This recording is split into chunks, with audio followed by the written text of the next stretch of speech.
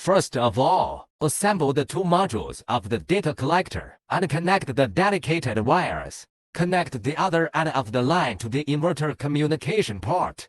If both the PWR and COM indicators are on, the connection is successful. We need to scan the QR code in the user manual and download the Smarty SS app. Once the download is complete, enter the Wi-Fi settings of your phone. Select the Wi-Fi network with the same PN number as the data collector. Initial password is 12345678. Next, open the application. Go to the toolbox section. Select Wi-Fi settings. Then click Next. Enter the Wi-Fi name and password. After successful configuration, return to the main screen. Click Register. Enter the required information. Now you have successfully registered your account. Click Login to enter the main page. Click the jar icon in the upper right corner. Add a data collector.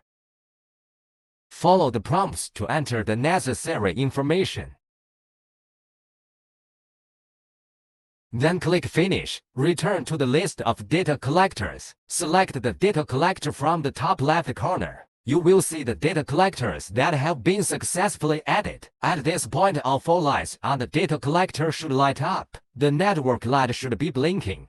Click on the connected device to go to the device data monitoring screen. You can now easily monitor the data and status of the inverter remotely. This includes monitoring the energy flow between different modules, power generation and consumption statistics.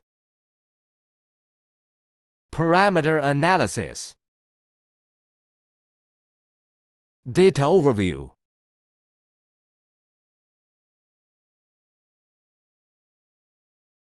And device alarm status. This concludes the complete Wi-Fi guide. If you'd like to find out more, please leave a comment below. Thanks for watching and I'll see you in the next video.